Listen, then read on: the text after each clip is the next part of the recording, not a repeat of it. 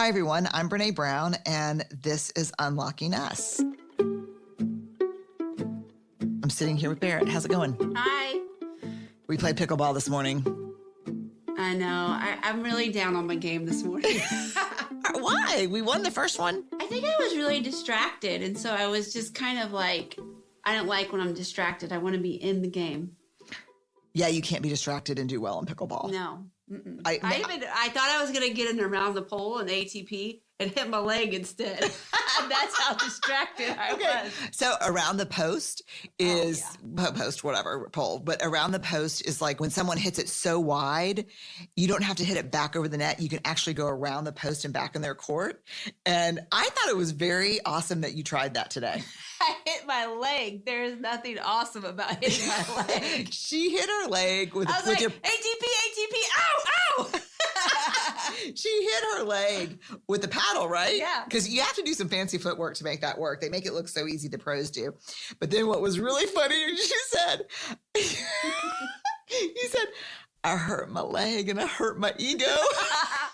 True. Oh, a little bit of the Brown family competitiveness this morning. Speak for yourself. No. Speak for both of us. All right. It's been a full-on fall, yes? Yes. So I went straight from writing Atlas of the Heart into preparing for HBO. Yes. Lots of podcasts. Let me tell you something. They used to say, I heard this the first time I wrote a book. They're like, the work begins when you turn in the book. And I'm like, oh, screw you. I'm like, that cannot be true because that does. And it's actually kind of true. There's a lot of weird stuff that happens after you turn a book in. So it's been really busy and nuts, but I've also been playing. I have protected my pickleball time. Yeah, you have. You've done a good job. Like, no joke. Like I had to make it almost non-negotiable. Yeah. And I'm playing a lot of pickleball and I'm still grumpy and tired. So could you only imagine? Nope. Rude. And oh my God, now it's the holidays. Oh my God. How? I don't know how it happened, but let me just tell you this. When is this podcast coming out? It's coming out right around the corner, right? Yep. This podcast is going to be coming out on Wednesday.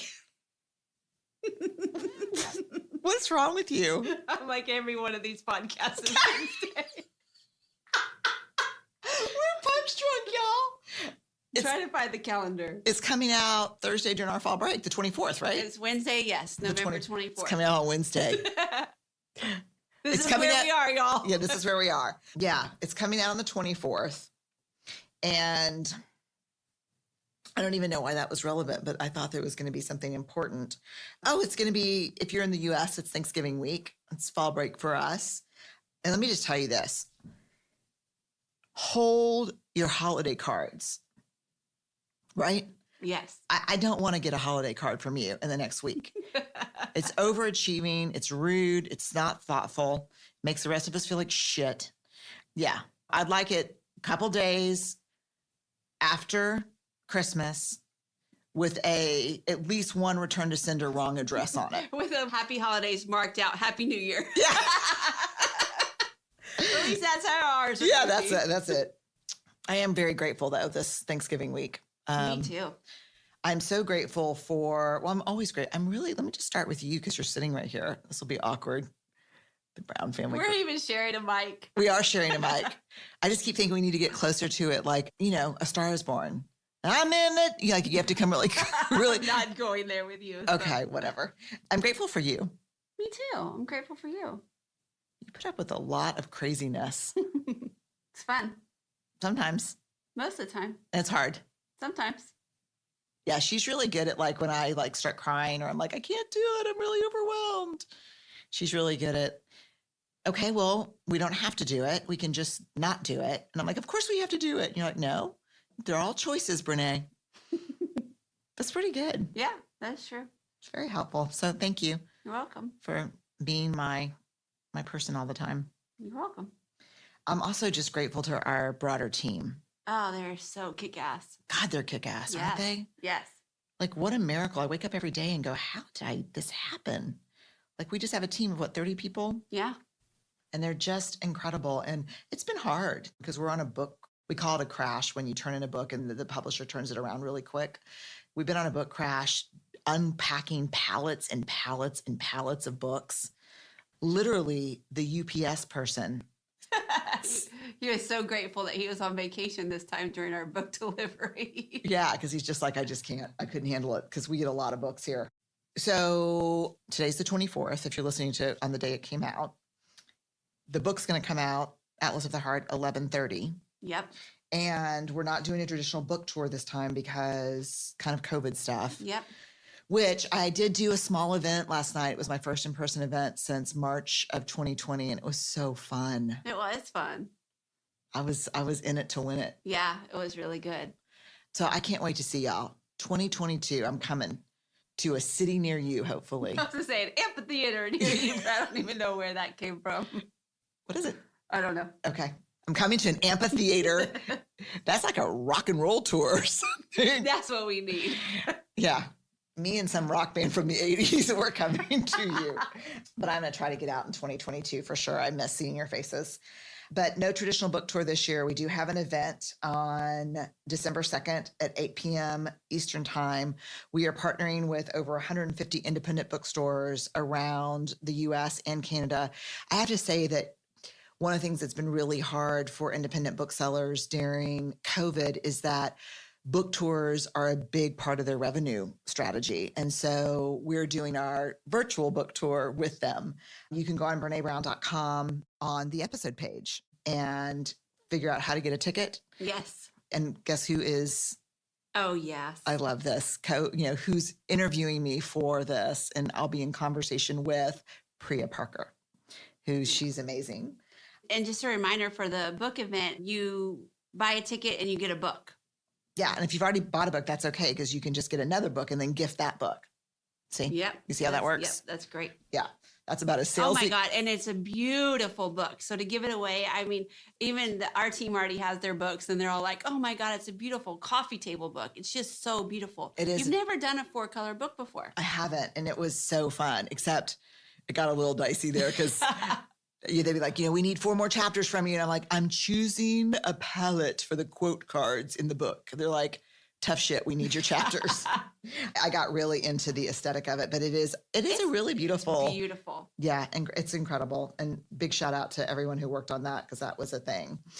So we are going to, for the podcast this week, we are going to share the anatomy of trust with you. We have been talking about trust a lot. Over on Dare to Lead, we interviewed Charles Feltman, who wrote The Thin Book of Trust, an essential primer for building trust at work. Do you know someone told me that it's not primer, it's primer? Oh, really? Mm-hmm. I say bourgeois instead of bullshit, but I don't know. I'll just say The Thin Book of Trust, an essential primer for building trust at work. Barrett and I also did 2 episodes on trust in the workplace. And so I did a talk at UCLA at Royce Hall for Oprah's Super Soul Sessions, where I talked about the fundamentals of trust. And I really walked through braving for the first time. So that's what I'm sharing with y'all this Thanksgiving. And so I think it's helpful because it's not using the acronym braving for trust isn't just a work thing. It's just a life thing, right? Yeah. I mean, even in the event that you did last night, we touched on parenting and even talking about braving from a parenting perspective was so great last night. Yeah, it's very helpful because it's really hurtful when you've got trust issues with your kids and you just use that big gauzy term of trust. They don't know what it means. We don't even know what it means. But if you can get really granular and behavioral and operationalize the elements of trust and say, this is where we're struggling or this is where I'm struggling, super helpful. So enjoy. If you're celebrating a fall break or Thanksgiving this week, we're grateful for you. And here's the anatomy of trust.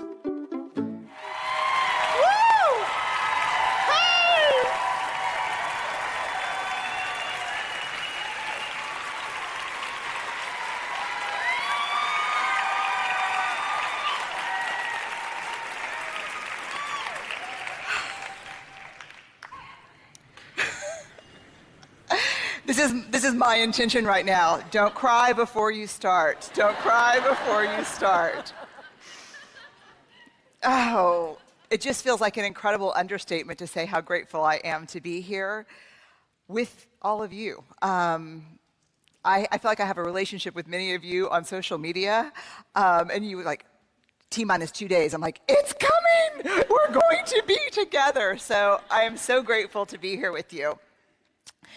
I'm going to talk about trust, and I'm going to start by saying this. One of my favorite parts of my job is that I get to research topics that mean something to me. One of my least favorite parts of my job is I normally come up with findings that kick me in the butt and make me change my entire life. That's the hard part. But I get to dig into the stuff that I think matters in my life and the life of the people around me. And the topic of trust is something I think I probably would have eventually started to look at closely because I study shame and vulnerability. But there's a very personal reason I jumped to trust early in my research career, and it was a personal experience. One day, my daughter, Ellen, came home from school. She was in 3rd grade, and the minute we closed the front door, she literally just started sobbing and slid down the door until she was just kind of a heap of crying on the floor. And of course, it scared me, and I said, "Oh my, what's wrong, Ellen? What happened? What happened?" And she pulled herself together enough to say, something really hard happened to me today at school, and I shared it with a couple of my friends during recess. And by the time we got back into the classroom, everyone in my class knew what had happened. And they were laughing and pointing at me and calling me names. And it was so bad, and the kids were being so disruptive, that her teacher even had to take marbles out of this marble jar. And the marble jar in the classroom is a jar where if the kids are making great choices together, the teacher adds marbles. If they're making not great choices, the teacher takes out marbles. And if the jar gets filled up, there's a celebration for the class.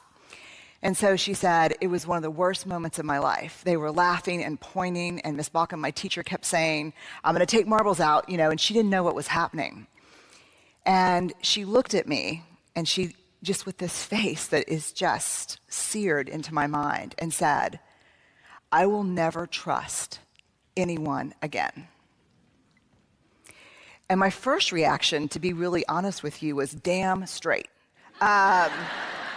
You don't tell anybody anything but your mama. Yeah, right? That's it. I mean, that was my like, you just tell me. And when you grow up and you go off to school, mama will go too. I'll get a little apartment. And the other thing I was thinking, to be quite honest with you, is I will find out who those kids were. And while I'm not going to beat up a 9-year-old, I know their mamas. That's the place you go to. And I'm like, how am I going to explain trust to this 3rd grader in front of me? So I took a deep breath and I said, "Ellen, trust is like a marble jar." She said, "What do you mean?" And I said, "You share those hard stories and those hard things that are happening to you with friends who over time you filled up their marble jar. They've done thing after thing after thing where you're like, I know I can share this with this person. Does that make sense?" And that's what Ellen said. "Yes, that makes sense." And I said, "Do you have any marble jar friends?" And she said, "Oh yeah, I totally. Hannah and Lorna are marble jar friends." And I said, and then this is where things got interesting. And I said, "Tell me what you mean. How do they earn marbles for you?" And she's like, "Well, Lorna, if there's not a seat for me at the lunch cafeteria, she'll scoot over and give me half a Heine seat." And I'm like, "She will?" She's like, "Yeah, she'll just sit that like that, and so I can sit with her." And I said, "That's a big deal. This is not what I was expecting to hear." And I said, then she said, "And you know, Hannah, on Sunday at my soccer game," and I was waiting for this story where she said, "I got hit by a ball, and I was laying on the field, and Hannah picked me up and ran me to first aid." And I was like, "Yeah?" And she said, Hannah looked over, and she saw Oma and Opa, my parents, her grandparents, and she said, "Look, your Oma and Opa are here." And I was like, "Boy, she got a marble for that?" And she goes, "Well, not all my friends have 8 grandparents. Because my parents are divorced and remarried. My husband's parents are divorced and remarried." And she said, and it was so nice to me that she remembered their names. And I was like, And she said, do you have marble jar friends? And I said, yeah, I do have a couple of marble jar friends. And she said, well, what kind of things do they do to get marbles? And this feeling came over me, and I thought, the first thing I could think of, because we were talking about the soccer game, was that same game, my good friend Eileen walked up to my parents and said, Deanne, David, good to see you. And I remember what that felt like for me. And I was like, certainly, trust cannot be built by these small, insignificant moments in our lives. It's got to be a grander gesture than that. So as a researcher, I start looking into the data. I gather up the doctoral students who've worked with me. We start looking, and it is crystal clear. Trust is built in very small moments. And when we started looking at examples of when people talked about trust in the research, they said things like, yeah, I really trust my boss. She even asked me how my mom's chemotherapy was going. I trust my neighbor, because if something's going on with my kid, it doesn't matter what she's doing, she'll come over and help me figure it out. You know, one of the number one things emerged around trust in small things? People who attend funerals. This is someone who showed up at my sister's funeral. Another huge marble jar moment for people, I trust him because he'll ask for help when he needs it. How many of you are better at giving help than asking for help? Right? So asking for help is one of those moments. So one of the ways I work as a grounded theory researcher is I look at the data first, then I go in and see what other researchers are talking about and saying, because we believe the best theories are not built on other existing theories, but on our own lived experiences. So after I had looked at this, I said, let me see what the research says. And I went to John Gottman, who's been studying relationship for 30 years. He has an amazing work on trust and betrayal. And the first thing I read, trust is built in the smallest of moments. And he calls them sliding door moments. Sliding Doors is a movie with Gwyneth Paltrow from the 90s. Have y'all seen this movie? So it's a really tough movie, because what happens is it follows her life to this seemingly unimportant moment where she's trying to get on a train. And she makes the train, but the movie stops and splits into two parts, where she makes the train and she doesn't make the train. And it follows them to radically different endings. And he would argue that trust is a sliding door moment. And the example that he gives is so powerful. He said he was lying in bed one night. He had 10 pages left of his murder mystery. And he had a feeling he knew who the killer was, but he was dying to finish this book. So he said, I want to get up, brush my teeth, go to the bathroom, and get back in and not have to get up. I just want, that feeling when you just want to get all situated and read the end of your book. So he gets up and he walks past his wife in the bathroom who's brushing her hair and who looks really sad. And he said, my first thought was, just keep walking, just keep walking. And how many of you have had that moment where you walk past someone and you're like, oh God, avert your eyes. Or you look at caller ID or your cell phone and you're like, oh yeah, I know, she's in a big mess right now. I don't have time to pick up the phone, right? Yes or no? This looks like guilty laughter to me. He said, that's a sliding door moment. And here's what struck me about his story. Because he said, there is the opportunity to build trust. And there is the opportunity to betray. Because as small as the moments of trust can be, those are the moments of betrayal as well. To choose to not connect when the opportunity is there is a betrayal.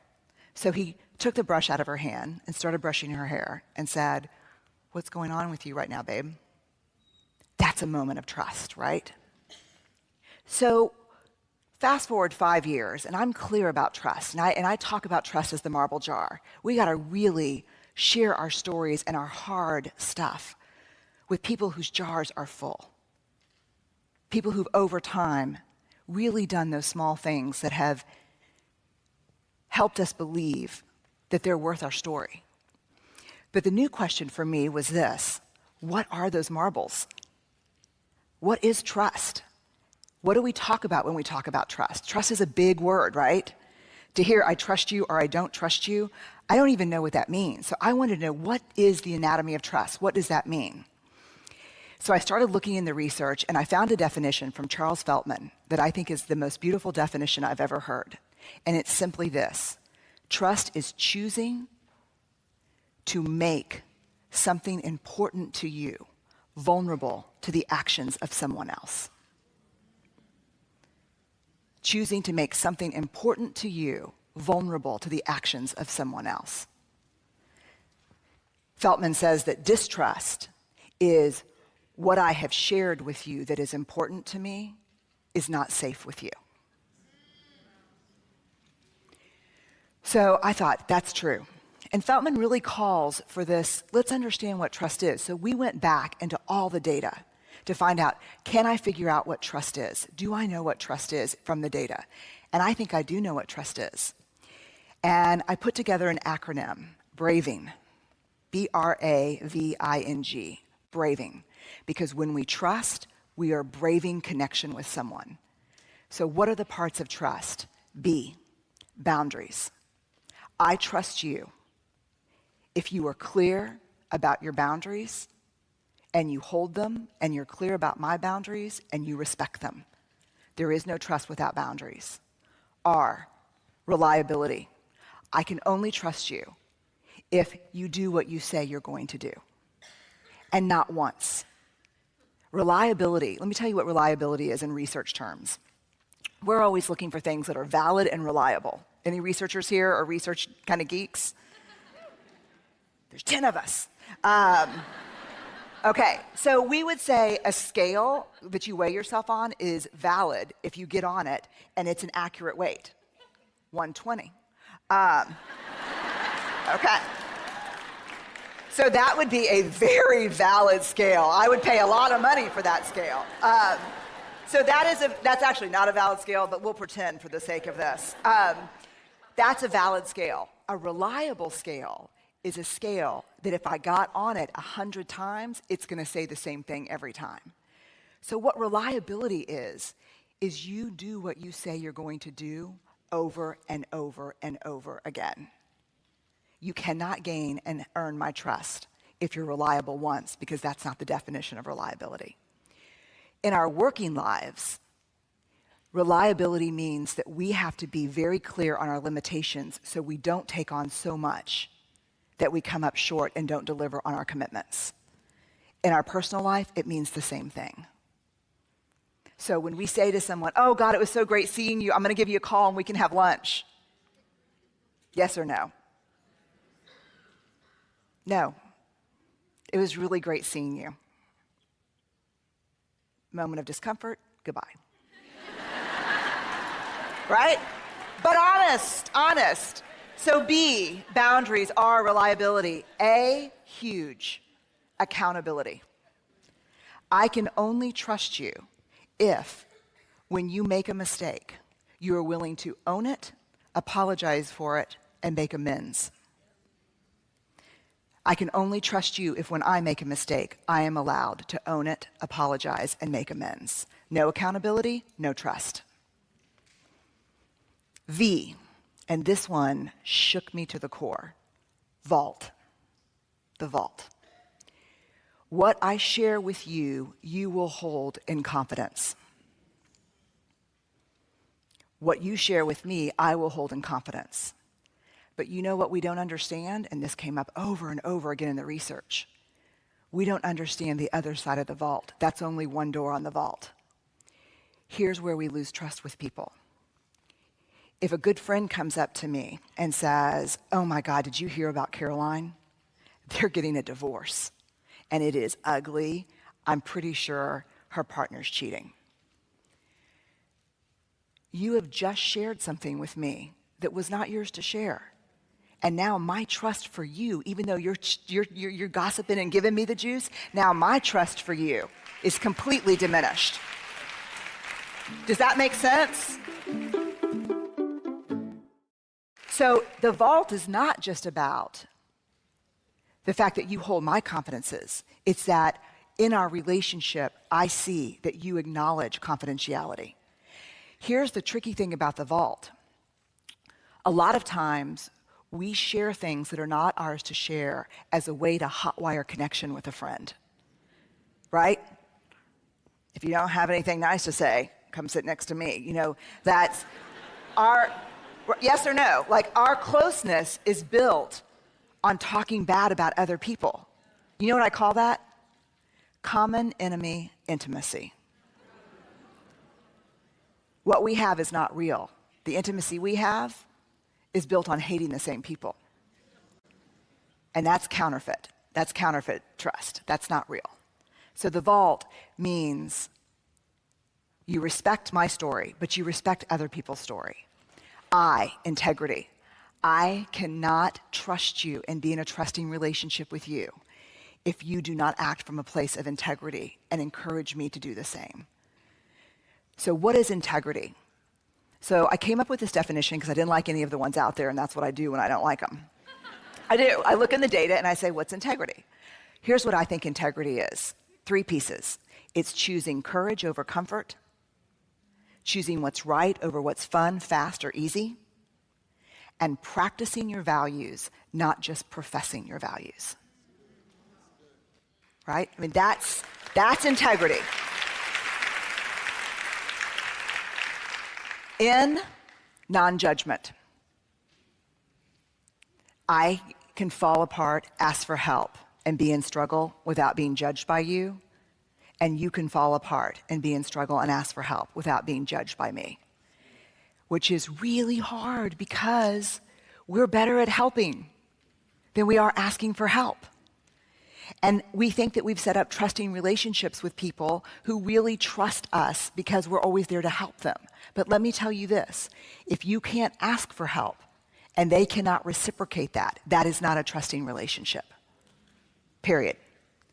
And when we assign value to needing help, when I think less of myself for needing help, whether you're conscious of it or not, when you offer help to someone, you think less of them too. You cannot judge yourself for needing help, but not judge others for needing your help. And somewhere in there, if you're like me, you're getting value from being a helper in a relationship. You think that's your worth. But real trust doesn't exist unless help is reciprocal and non-judgment. The last one is G, generosity. Our relationship is only a trusting relationship if you can assume the most generous thing about my words, intentions, and behaviors, and then check in with me. So if I screw up, say something, forget something, you will make a generous assumption and say, yesterday was my mom's 1-year anniversary of her death, and it was really tough for me.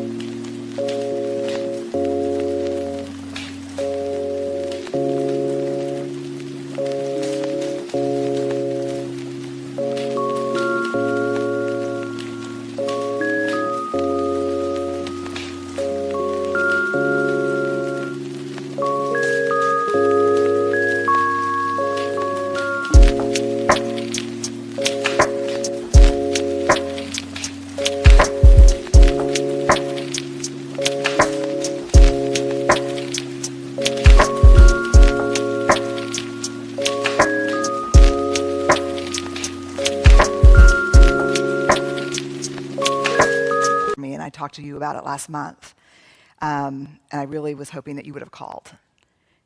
But I know you care about me. I know you think it's a big deal, so I wanted to let you know that I've been thinking about that. As opposed to not returning calls, not returning emails, and waiting for the moment where you can spring, well, you forgot to call on this important, you'll make a generous assumption about me and check it out. Does that make sense? So we've got boundaries, reliability, accountability, the vault, integrity, non-judgment, and generosity. This is the anatomy of trust, and it's complex. Why do we need to break it down? For a very simple reason. How many of you in here have ever struggled with trust in a relationship, professional or personal? It should be everybody, statistically, right? And so what you end up saying to someone is, I don't trust you. What do you mean you don't trust me? I love you. I'm so dependable. What do you mean you don't trust me? How do we talk about trust if we can't break it down? What understanding trust gives us is words to say, here's my struggle. You're not reliable with me. You say you're going to do something, I count on it, you don't do it. Or maybe the issue is non-judgment.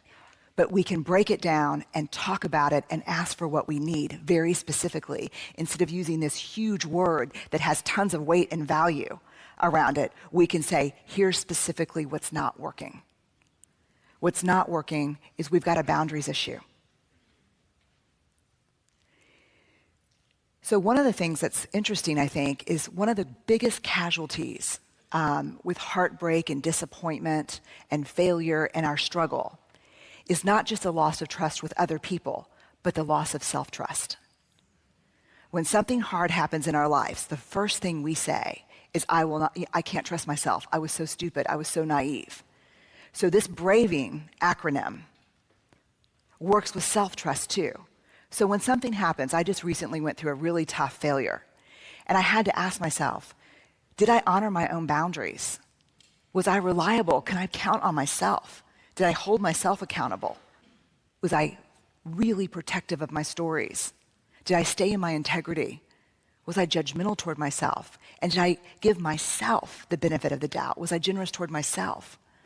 Because if braving relationships with other people is braving connection, self-trust is braving self-love, self-respect, the wildest adventure we'll ever take in our whole lives. And so what I would invite you to think about when you think about trust is, if your own marble jar is not full, if you can't count on yourself, you can't ask other people to give you what you don't have. So we have to start with self-trust. There's a great quote from Maya Angelou that says, I don't trust people who don't love themselves, but say, I love you. Right? She quotes an African proverb when she said that, and she said, be wary of the naked man offering you a shirt. And so a lot of times, if you find yourself in struggle with trust, the thing to examine first is your own marble jar. How you treat yourself, because we can't ask people to give to us something that we do not believe we're worthy of receiving. And you will know you're worthy of receiving it when you trust yourself above everyone else. So thank y'all so much. I'm so honored to be here.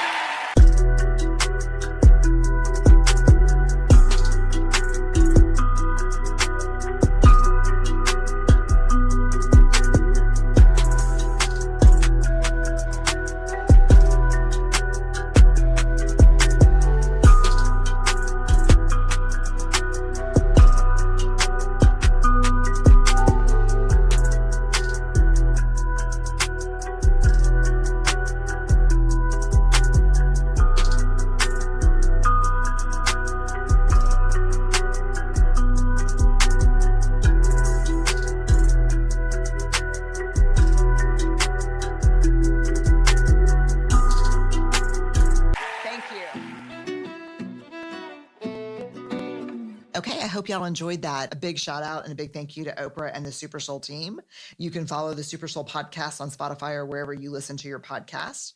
You know that every episode that we do of both Unlocking Us and Dare to Lead has a page on BreneBrown.com, on the new BreneBrown.com. Yeah, new beautiful BreneBrown.com. Check it out. We are leveling up our aesthetic game. Yes, we are. Yeah.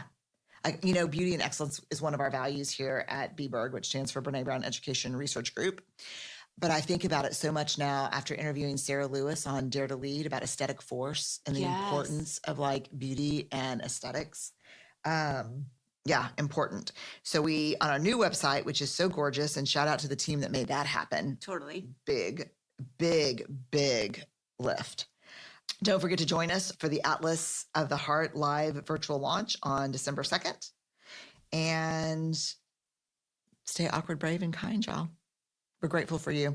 You say bye? Bye. Bye. Unlocking Us is a Spotify original from Parcast. It's hosted by me, Brene Brown. It's produced by Max Cutler, Kristen Acevedo, Carly Madden, and Tristan McNeil, and by Weird Lucy Productions.